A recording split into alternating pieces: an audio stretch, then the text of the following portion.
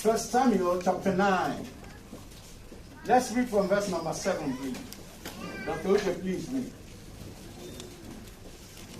The book of First Samuel chapter 9, we read from verse 7. Then Saul said to his servants, "But look, if we go, what shall we bring the man?" Saul said to his servant, "If we go, what shall we bring to the man?" For the bread in our vessels is all gone. For the bread in our vessels is all gone, yeah. And there is no present to bring to the man of God.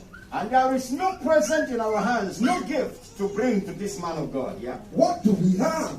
What do we have? And the servant answered Saul again and said, "Look, I have here at hand 1/4 of a shekel of silver. I have a quarter of a shekel of silver with me. I will give that to the man of God, I will give that to the man of God, to tell us our way." so that he will tell us our way. Formerly in Israel, when a man went to inquire of God, he spoke thus, "Come, let us go to the seer. For he who is now called a prophet was formerly called a seer." So originally, the people you call prophets, they are called seers. Go ahead.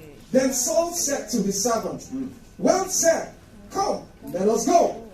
So they went to the city where the man of God was. As they went up the hill to the city, they met some young women going out to draw water, and said to them, "Is the seer here?" And he answered them and said, "Yes, there he is, just ahead of you. Hurry now, for today he came to the city." Okay, please hang on. Okay. Now, I want to say something here as he reads on. This story was about Saul missing his father's animals and was out to find them. And so when Saul and his servant, Saul, the son of Cush, or Kish, all right, and from the tribe of Benjamin, they went out to look for these animals of their father, donkeys or asses as you may call them. And for days they couldn't find it. And they decided, we better look for a prophet. We better look for a seer. When the servant suggested it, Saul said, "That is good. But we have nothing to present to the man of God. If we go there and we have no gift, it's somehow." So first thing you learn is that originally, from day one, people of old knew that it is good when you go to the man of God, you have something in your hands, no matter how small it is. So the servant says, "I have a quarter of a shekel of silver." It's small, but it's okay. The man of God is not going to say, "Oh, he's too small." So as a servant of God, please, don't look at any gift as small. Even if it is a coin somebody brings to you, appreciate it. So Jesus appreciated that woman that gave a what? The woman that was giving offering, a mite. It's like giving 20 cents today. It is like giving 20 cents Hong Kong dollars. We are taking offering and somebody brings 20 cents Hong Kong dollars. Jesus appreciated the woman. Nobody knows that woman. That woman has no glory from anybody. Nobody cares about her.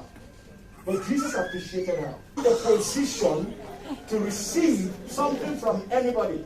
Whatever the person gives you with his heart, take it.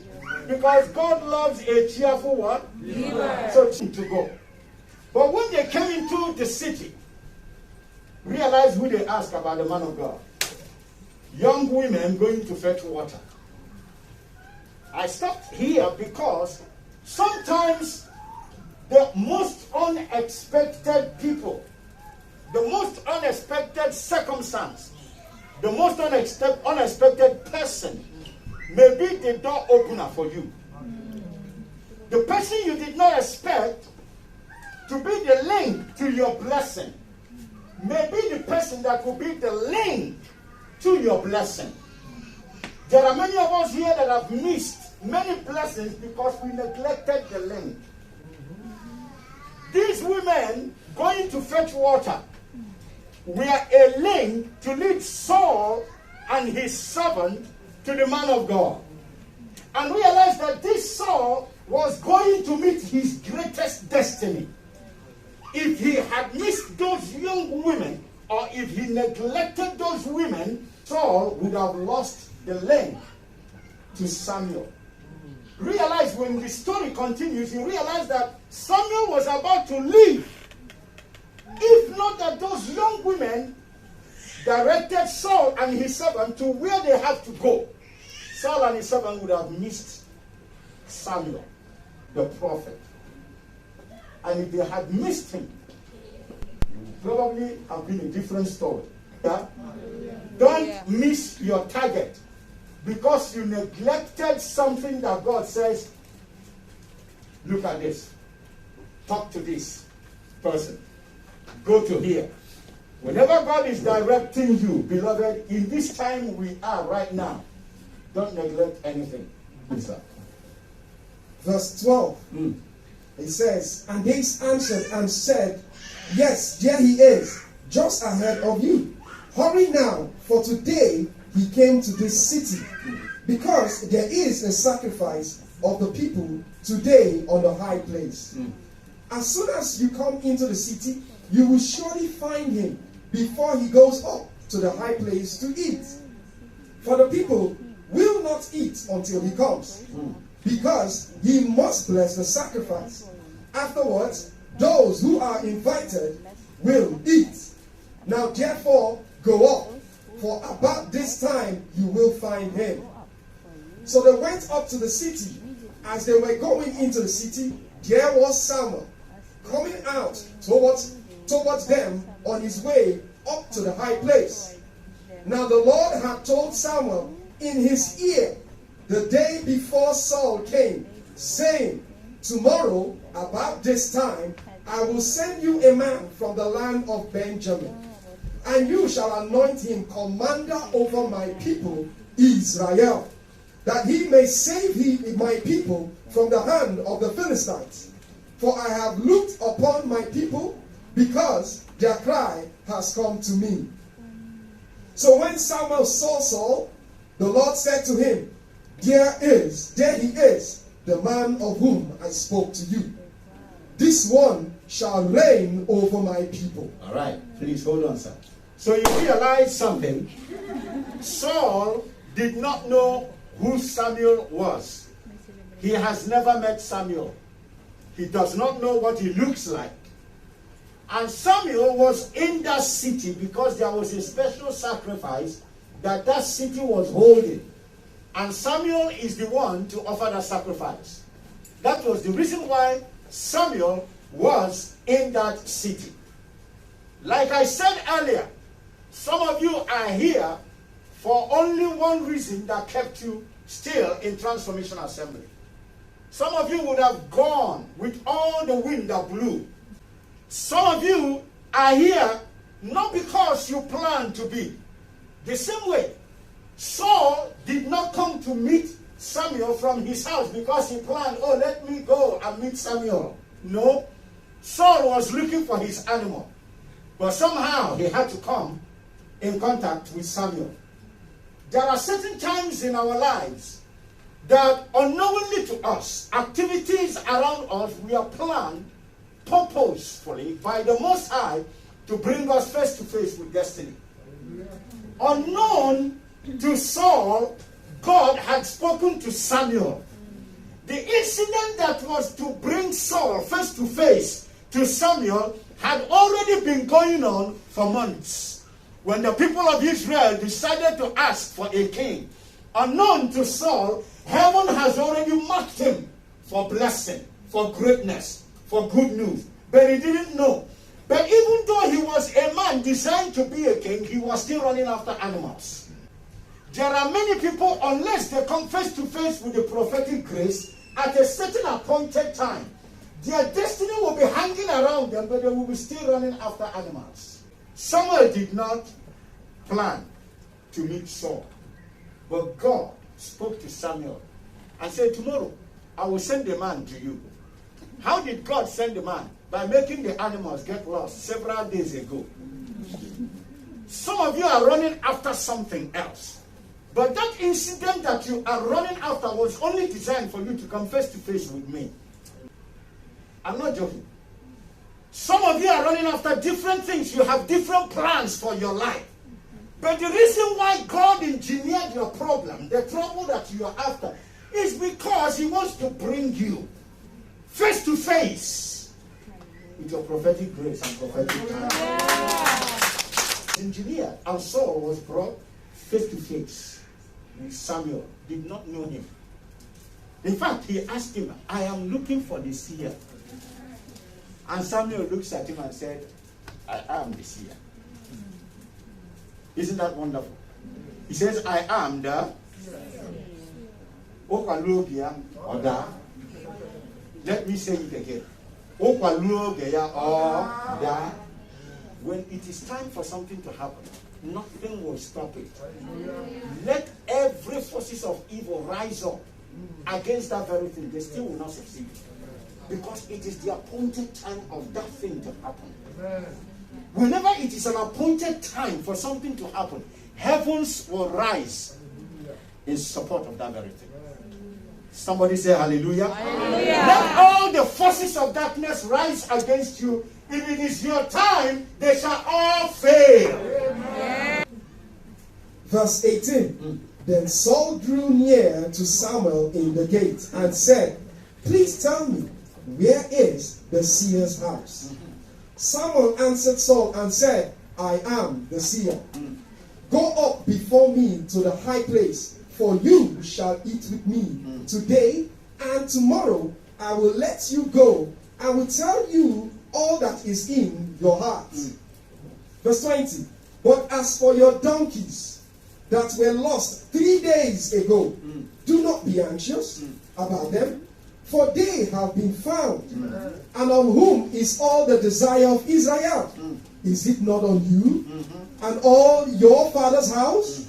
And Saul answered and said, am I not a Benjamite, of the smallest of the tribes of Israel? And my family the least of all the families of the tribe of Benjamin? Why then do you speak like this to me? Now Samuel took Saul and his servant and brought them into the hall and had them sit in the high place of honor among those who were invited. There were about 30 persons. Okay, let me explain again. So Saul says to him, I'm looking for the seer. He says, I'm the seer. And the Bible says, immediately he says, I am the seer. He says to him, come with me. Let's go and eat.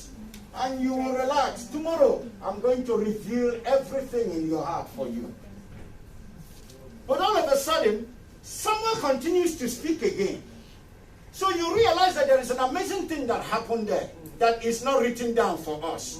So here you have to stop and read in between the lines. The man said, I am the seer.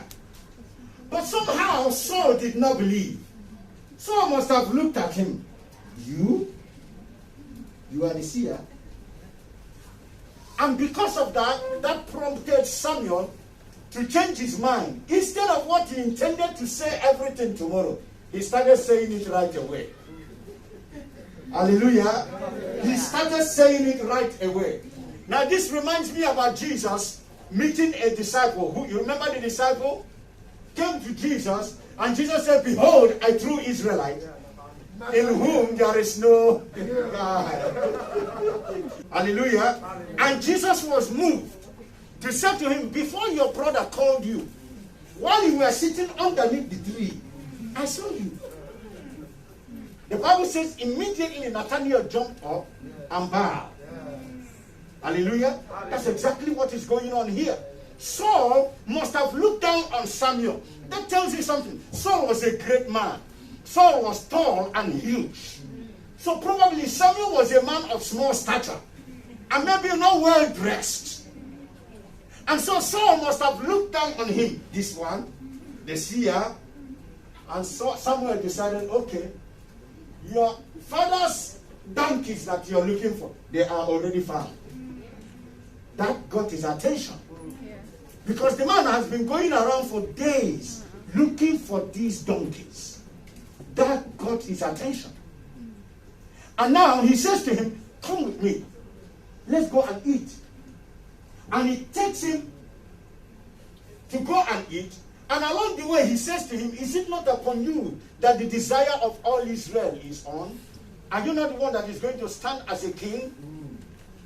The Bible says Saul complained. Saul said, I am from the smallest tribe in Israel, Benjamin. And my father's family, we are the smallest in our clan, the family of Kish. How can I be the one? We don't have any position to produce king in Israel. And of course that is true. Benjamin was the last son of Jacob and was not prophesied at all in any sense of direct prophecy to produce a king. But there was a prophetic utterance by his father that is supposed to take effect at this time. Are you with me? Now, if you go back to when Benjamin was born, who was the mother of Benjamin? Rachel. Rachel was the woman that Jacob loved amazingly. But finally did not marry that woman. Leah was given first. So, Leah was given, and it took another 7 years before Rachel was now married. And before Rachel was married, Leah was already having children. Isn't that amazing? So, by the time Rachel was married, she was also not conceiving. It took a long time before Rachel conceived. And she had the first child, called his name Joseph. Father, please give me more. And then it took another long time before Benjamin was conceived. But along the way, she was in labor while they were on the way traveling from Haran. Right? They were on the way traveling from Haran to Canaan. And along the way, she was in labor. And the labor was very hard, very painful. Some of you that are mothers, shout hallelujah. Hallelujah. If you had a serious labor, shout hallelujah. Hallelujah. Oh, yeah. Many mothers found it not so funny to give birth. Please honor your mothers. Mothers are special species of people on the earth. It's not easy to be a woman. That's why I get very angry with all these men that are messing around. All right? Yeah. I get very angry with them because they don't know what they are doing. They think being a woman is a fun. It's just, an easy thing. No, it's not. It's a whole lot of job. This woman was bleeding heavily. She was in a very serious labor. Her midwives could not help her. She gave birth to that child out of so much pain. She actually gave birth and died. She gave birth and died because of excessive bleeding and pain. But before she died, she called the name of that child Benoni, child of pain and trouble, child of sorrow. The woman died out of pain, and she called him child of pain and sorrow. But the father came and said, where's the child? He said, where's my wife? He said, he's dead. Hey. Jacob was heartbroken. The love of his life. He said, did the mother give a name? He said, yes. He said, what? Benoni? He said, no. Hey, no. He said, cannot call him Benoni. You cannot call him child of pain and sorrow. He changed his name and called him Benjamin. Benjamin, son of my right hand. That was prophetic. A prophetic declaration was made over Benjamin. But I'm going to show you an amazing thing in the scripture. You see, the Bible is very powerful. Encyclopedia. Because that woman had already made a declaration, being the mother of that child, that thing was activated. Listen very carefully now. Don't make your mother angry with you. Don't make your father angry with you. If they say anything that is not so wonderful, please go back, make sure that they speak again. Let them say something better. Somebody say hallelujah. Hallelujah. The same way, very important. That woman said it and died. She did not change her declaration. there was no opportunity for her to change her declaration. Therefore, her declaration took effect. Go and read about Benjamin. You're not going to find any greatness about Benjamin. Benjamin remained small. Benjamin remained troubled. Benjamin remained one of the smallest clans that is always in need of help. So when Saul was told, you are going to be a king, he said, am I not the smallest of all tribes in Israel? Our tribe is the smallest. How can we be talking about king? We are not worth anything wonderful. We are not. How can we produce a king? But unknown to Saul, the prophecy of Jacob at the birth of Benjamin, hundreds of years ago, was about to be started. The cycle of the proclamation of the mother of Benjamin was about to end. That cycle took effect, and Benjamin was made small and in pain for many years, and it was about to end. And God wanted to honor the proclamation and the prophetic declaration of Saul. Sometimes you don't know why God chose you. Oh yes. Like many of you, we are standing here. You may not know why you were chosen. But there must have been something prophetic that happened at some point that each cycle is about to start. Don't take prophetic utterances lightly. Something was about to start. Another cycle. A cycle that will change the story of the tribe of Benjamin. We keep reading because I'm going somewhere. Keep reading, sir. Verse 23. And Samuel said to the cook, bring the portion which I gave you. Bring the best portion I gave you to keep. Of which I said to you, set it apart. So the cook took up the thigh with its upper part and set it before Saul. And Samuel said, here it is. What was kept back? It was set apart for you. Eat, for until this time it has been kept for you. Since I said I invited the people, so Saul ate with Samuel that day. Now, Saul took Samuel and put him at the chairman position of the table. Somebody that was not invited for a meeting. Many of you that have been made leaders today did not know you'll be made leaders. And many of you, like I said, are leaders. You may not be sitting on the chairman position yet. But you are standing in a position of leadership. And he said, get the best meat that I told you to keep. They brought the shoulder. The shoulder of the meat is usually reserved for people in top leadership. You don't give them the leg. You give them shoulder. Representing what? Leadership. Strength. Because the strength of every mighty animal is in there. And the strength of a man is in there. There are many things you may not be able to carry with your neck, but if you put your shoulder, you carry it. There are many things you may not be able to lift with your hand, but if you put your shoulder, you carry it. They gave him the shoulder, symbolism of.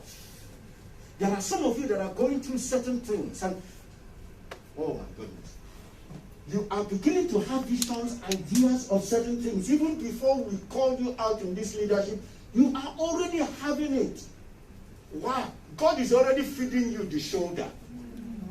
That's why you're having those visions. That's why you're having those dreams. That's why your heart is boiling with those things. Why? God is feeding you the shoulder. God is saying, you are my burden bearer. Don't run from it. If you run, remember the first runner in the Bible that ran. Okay, let's go to the next chapter. Chapter 10. Chapter 10.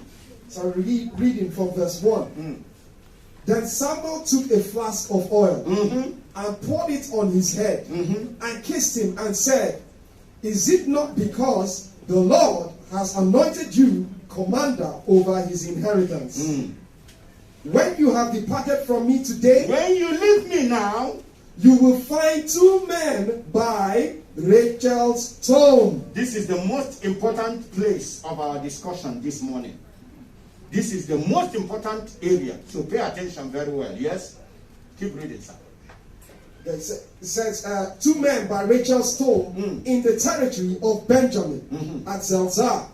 And they will say to you, the donkeys which you went to look for have been found. And now your father has ceased caring about the donkeys and is worrying about you, saying, what shall I do about my son? Then you shall go on forward from there and come to the terebinth tree of Tabor. There 3 men going up to God at Bethel will meet you. One carrying 3 young goats, another carrying 3 loaves of bread, another carrying a skin of wine. And they will meet you and give you 2 loaves of bread, which you shall receive from their hands. Hallelujah. After that, you shall come to the hill of God, where the Philistine garrison is. And it will happen when you have come there to the city of prophets, coming down from the high place with a stringed instrument, a tambourine, a flute, and a harp before them. And they will be prophesying. Then the Spirit of the Lord will come upon you, and you will prophesy with them and be turned into another man. And let it be, when these signs come to you, that you do as the occasion demands, for God is with you. Go back to verse number 2, please. Now, by this point, Samuel the prophet, or the seer, separated Saul from his servant. There are certain people you must tell them to shift. You love them. They are near to you. They are always around you. They laugh with you. They jest with you. They support you in certain things. They help to do certain things. But at the point of the unction, they must not be standing there. Because they have no business with the unction. If an unction must be poured out, servants must get out. Because it is for sons. Jesus says, I hereby no more call you servants, but what? Friends. Because a servant can never know the will of the master. Only those that have decided to become one with the Most High, willing to walk with His word, obey His word, keep His word, not pick and choose. Are the people the unction is meant for.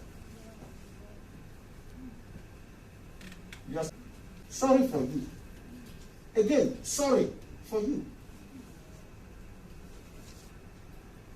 He said, shift. Get out from here. Because now we are in the business that is meant for sons and friends. Shift it. And then he brought out a flask of oil. A flask is such that you can break it. It's small. You can put it inside your cloth. Nobody will know you are about to do something. You see, like I carry this small one. That is what flask is for. Hallelujah. Yeah. You see, like this. I can put it in my pocket. You will not know that I'm going for a spiritual business. I will come there, you won't know. We can be talking and eating and drinking, but you will not know. Every prophet must learn to carry a flask of oil. Because you don't know when God will say, anoint this man. You can never know. The man may be looking so insignificant and unimportant. But all of a sudden, God opens your eyes and says, you see this person here? So learn to carry it, no matter how small. And so God says to Samuel, anoint this man. So he took a flask of oil and poured it upon him and made the declaration, is it not upon you that the desire of all Israel is on? But then the business starts. In verse 2, you see, after every prophecy, there is always instruction. And this is very important. Many times we neglect the instructions, thinking that prophecy must happen no matter what. Hallelujah. Yeah. After you have prayed, you must do some things. Don't stop in prayer. There are things to be done. After the pouring of oil and the prophecy, Samuel now gave instruction to Saul, things that must happen. and how he must respond. And I call this the 3 steps of transformation. The 3 steps of transformation. These things had to happen to Saul for him to actually mount that throne. If these things don't happen, there will not be a complete transformation of both Saul and the whole tribe of Benjamin, and that was necessary. 3 steps of transformation. So, verse 3 says, when you depart from me today, what I'm telling you will happen today. Don't say, oh, tomorrow I will. No, today. When you depart from me, you are going to find 2 men by the tomb of Rachel, your mother. I am sending you back to where your chain was tied. I am taking you back to the root of your problem. Have you found out that many times you may first and pray and do certain things and hoping that God will do magic, and God will not do any magic? Finally, God will bring you face to face to the root of the problem, where you know it started. That thing you have been hiding your face from, God will bring you face to face. It is a point of transformation. Because if anything must die completely, you must go to the root. If you don't go to the root of a problem, you are wasting your time. Anyone that is not interested to face a situation face to face and go to the root of it does not want solution. I am sending you back to where your problem started. Oh, Benjamin. Depart from me, you are going to get to the tomb of Rachel. How many of you know Saul may have passed that tomb of Rachel many times without recognizing that this is an important point in his life? That this is a place that will mark an important new beginning for his life. Oh yes, there are some of you that have neglected certain things in your family. Many times we spiritualize and over-spiritualize certain things, and we suffer. Oh yes. There are many things that you may have neglected that the Most High is already talking to some of you to deal with. I send you back to where your problem started, because there we will begin to deal with it. And he said, when you get there, you are going to meet 2 men. 2 men by the tomb of Rachel at the border of son of right hand and shadow. 2 men representing strength and shadow. Strength and shadow. 2 men at where your problem started and where your solution must start from. But you're going to meet strength and shadow. Every time in our lives, like we, all of us in Transformation Assembly, we made a decision to stand with strength instead of shadow. Many Christians are busy pursuing shadow instead of pursuing the power, Jesus the Christ himself. They want Jesus spiritually, but they don't want to follow his word. They don't want to keep his commandments. They want his blessings, but they don't want to be obedient to his rules. They want to go to the kingdom, but they don't want the laws of the kingdom. Say shame on them, somebody.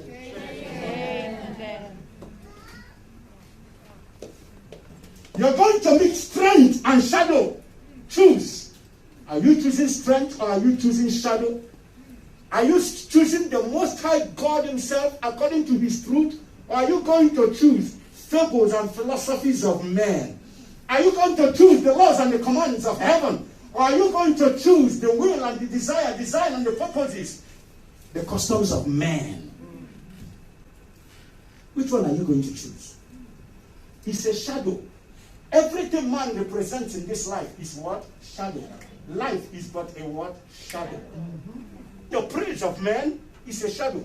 Praise of man is going to fizzle up before you know it. Like wind, it will disappear. That is the praise of man. If you are seeking for the praise of man, you are going for shadow. Go for the enduring riches of Most High. you will come to a place where you must stand with the Most High. But these two men are going to bring you reality.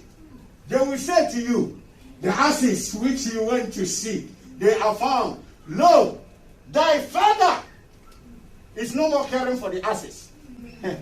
Jesus says, why do you worry about these things? For after these things, men, people are running after. But ye, O ye little ones, you are more important than the many sparrows.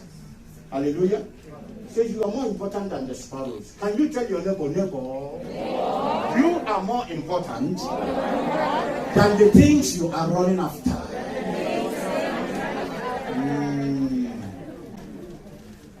The first point is a place of restoration of value.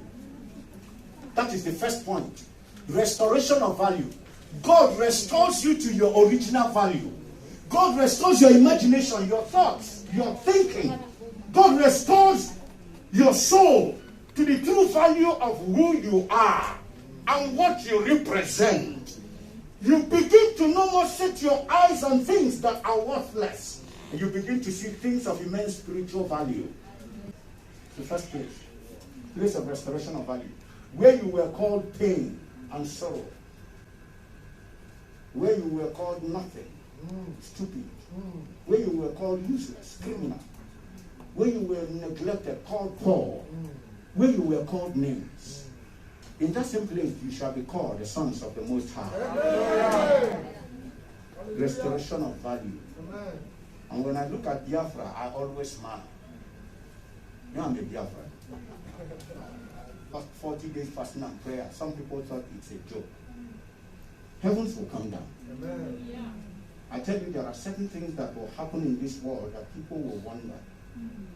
Because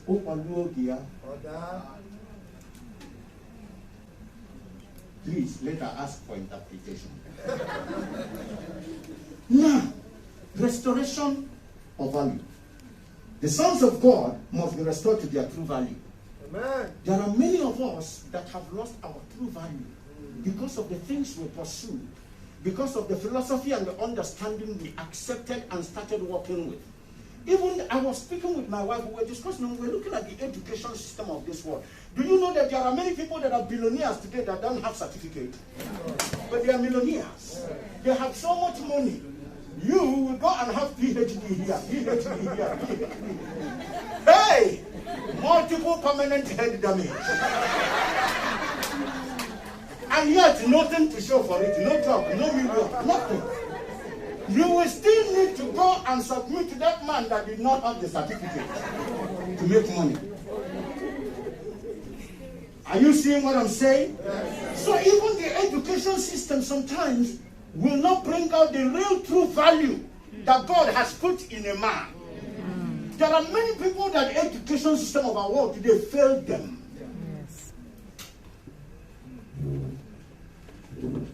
Restoration of true value. Can you lift your hand and say, Father, I thank you for restoring your true value in my life, in my family, in my people, and in the Transformation Assembly. In Yahushua's name, we say hallelujah. Second point, after you meet these two men, and they tell you that your value has been restored, that the cycle of Rachel is now coming to an end, and that the cycle of your father is now beginning. The cycle of Jacob's prophecy is now beginning. After you meet these two men, and they tell you this, give me, verse number 3. He says, then shalt thou go on forward from thence. Don't stop in the point of restoration of value.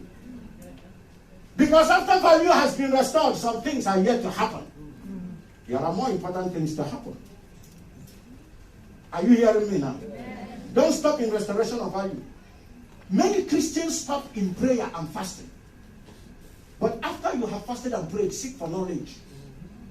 Because the Bible says God created the heavens and the earth by what? Knowledge. Not by fasting and prayer. By knowledge.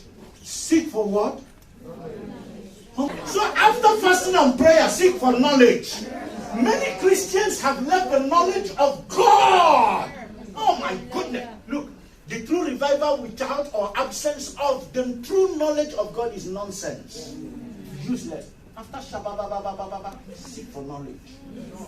Because it is the knowledge that will now bring that value that God is restored in you. Without knowledge, that value that is already restored within cannot be brought out. It is knowledge that will bring it out. It is knowledge that will reshape it. It is knowledge that will present it. It is knowledge that will project it. He says, you shall go forward from thence, and thou shalt come to the plain of Tabor. And there thou shalt meet 3 men going up to house of God. It's actually Beit, but they just took out the I and call it Bet. It's Beit. Beit, which is the second alphabet. Second alphabet in Hebrew. Beit, which means house.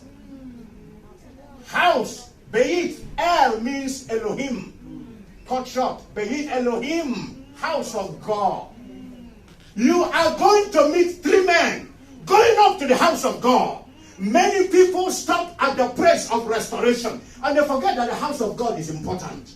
If you go to the book of Psalm chapter 73, the man, Asaph was praying and he said, I am a foolish man.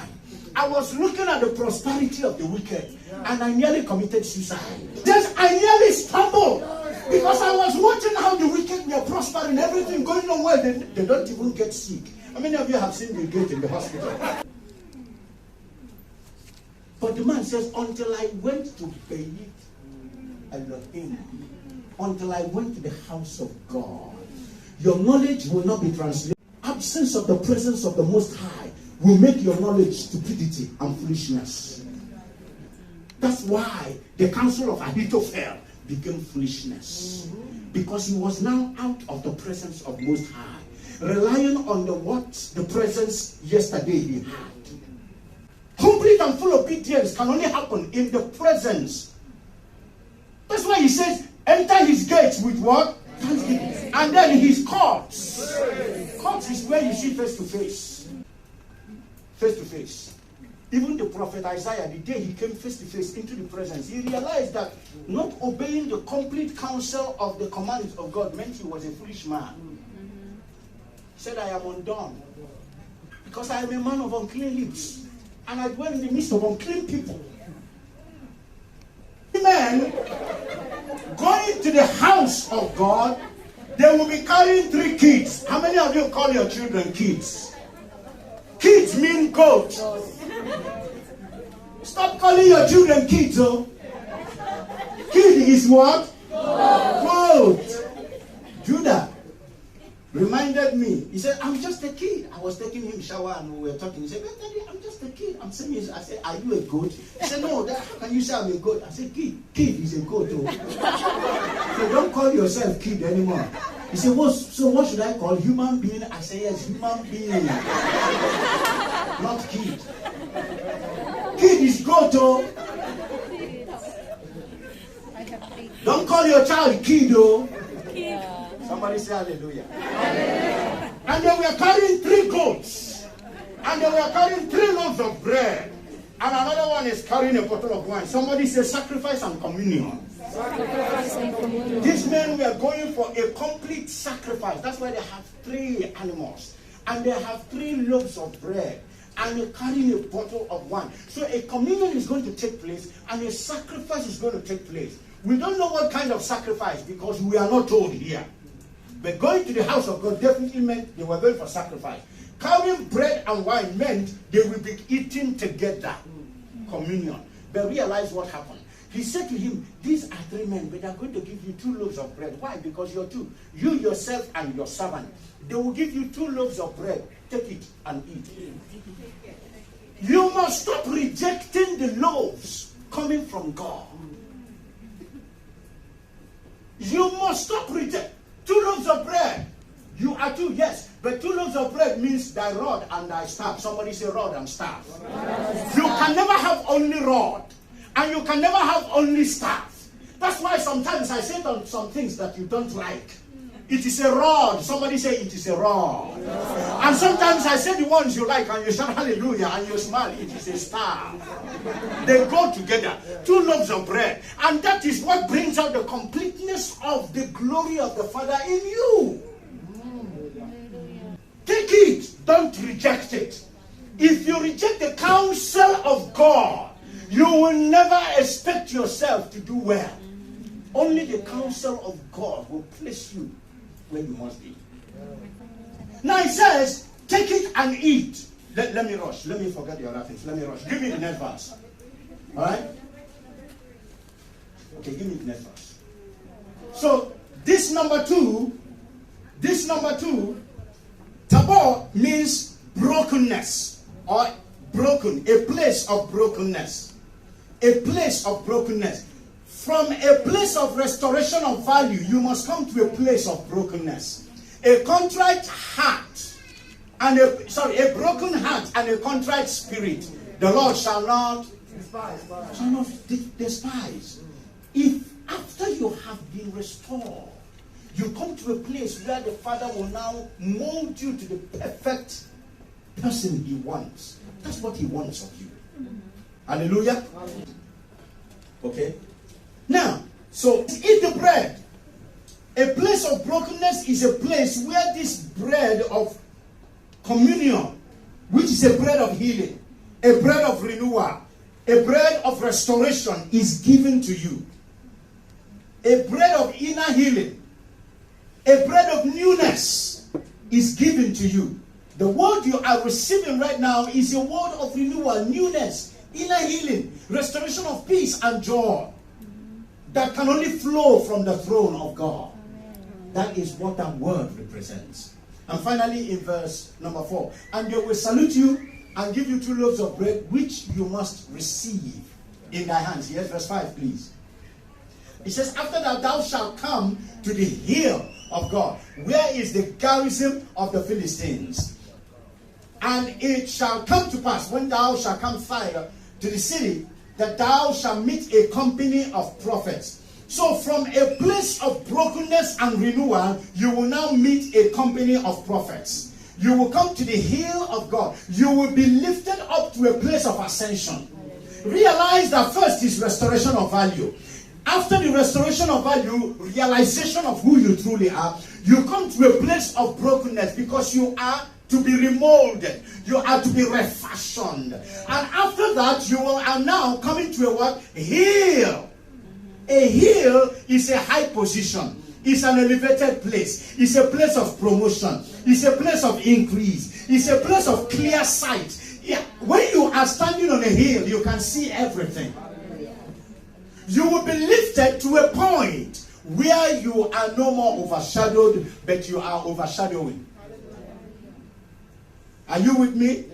Some of you have been overshadowed in the past, but now the Lord is bringing you to a place where you will be the one overshadowing. Somebody say hallelujah. Hallelujah. So he says, you shall come to the hill of God. Realize this gave me unhappiness. The hill of God, the place of the presence of God, yet had Philistines in it. Not just ordinary Philistines, but a garrison. A garrison. In fact, I had to use here to pray for the Biafra land. I had to say, let the garrison be removed. This way. Now, you will come to a place of promotion, a place of elevation, a place of prominence, a place of clear sight. And this is God's high place. A place where the hand of God is great and mighty. But it says you are going to meet a group of prophets there. And these prophets will be playing music.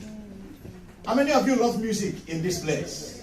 Come on now. Somebody say hallelujah. Hallelujah. How many of you love the worship in this place? Hallelujah. If you think the worship today was wonderful, say hallelujah. Hallelujah. If you think last Sunday was glorious, say hallelujah. Hallelujah. I can tell you it's always like that. Yes. Because this is a place of company of prophets. Hallelujah. And each time they mount to worship, they bring down the glory of the Father. I have said this before. Please, everyone, learn to love the worship and flow with it. Don't just watch. No, flow with it. Dance if you are moved to dance. Worship Him. Sometimes just dancing in the presence of God is enough to bring you your miracle. Don't think it's only when pastor comes and touch you. No. Sometimes just dancing and praising Him. If you feel like rolling on this floor, don't say it is outrageous. It is not outrageous. Roll here. Are you hearing me? Look, as David danced in the house of God, do you think this is how David danced in the house of God? You know, if David was dancing like this, his wife would not be jealous. The blood was jumping up and down like a child. The Bible says to the point that his skirt was lifting up. His condom was being seen. And the woman said, look at all these small girls that are here. Why are you jumping up like that? You are bringing me shame. You get the idea? And God got angry with the woman. Leave the man. The man is praising me. What is your business? What is your business? Hallelujah. Hallelujah. So you see, this is why I laugh. In Christianity, we spiritualize these things. And David danced in the house of God. We will praise Him now and forever before Him. No. If you want to sing as David danced, you better dance as David danced. You can't be standing like this and sing as David danced in the house of God. Because that's not what happened there. Not those that say to me, Lord, Lord, but those that do my word. Do it. Somebody say hallelujah. Hallelujah. Now, finally, the Bible says they were prophesying. And it says, when you see them, just join. Hallelujah. Hallelujah. Do as if you know. Join them. Join them. Once you join in the line, the Spirit of God shall do what? You see, there are certain kinds of anointing that can only come and transfer upon you by association. Oh yeah. By association. He says just join the line. Once you join the line, the Spirit will come upon you, and you are going to begin to prophesy. I'm sure that Saul will be, me? He said, yes, you will prophesy. In fact, you will prophesy so much that people will begin to say, Saul is also among the prophets. Because they will realize you are not just singing the chorus. They will realize that you are giving real prophetic declarations. And they will say, is Saul now a prophet? And some other one will say, who is their father? In other words, they will see you as brothers. Because these are sons of prophets. They will no more demarcate between you and the prophets. The reason why it is easy for people to push you out of the truth of Word of God is because you are not yet associating the way you should. When you associate, they will not know the difference between you and Pastor Ike. Because when they talk to you, you will answer the same thing Pastor Ike will answer. Do you realize what happened in Pisidia of Antioch? The Bible says they looked at them, they said, all these people look like that Jesus that was crucified. They all look the same. Do you realize why Judas had to be paid 30 pieces of silver? You think it's a small change? No. 30 pieces of silver is good money. Because they couldn't tell the difference who is Yahushua Mashiach and who is Peter and who is James or John or Bato. They needed somebody within to say, it is this one. And so the Bible says, Iscariot is going to come to give away the Son of Man with a be careful of kisses. Somebody say hallelujah. Be careful of kisses, so before you kiss a snake.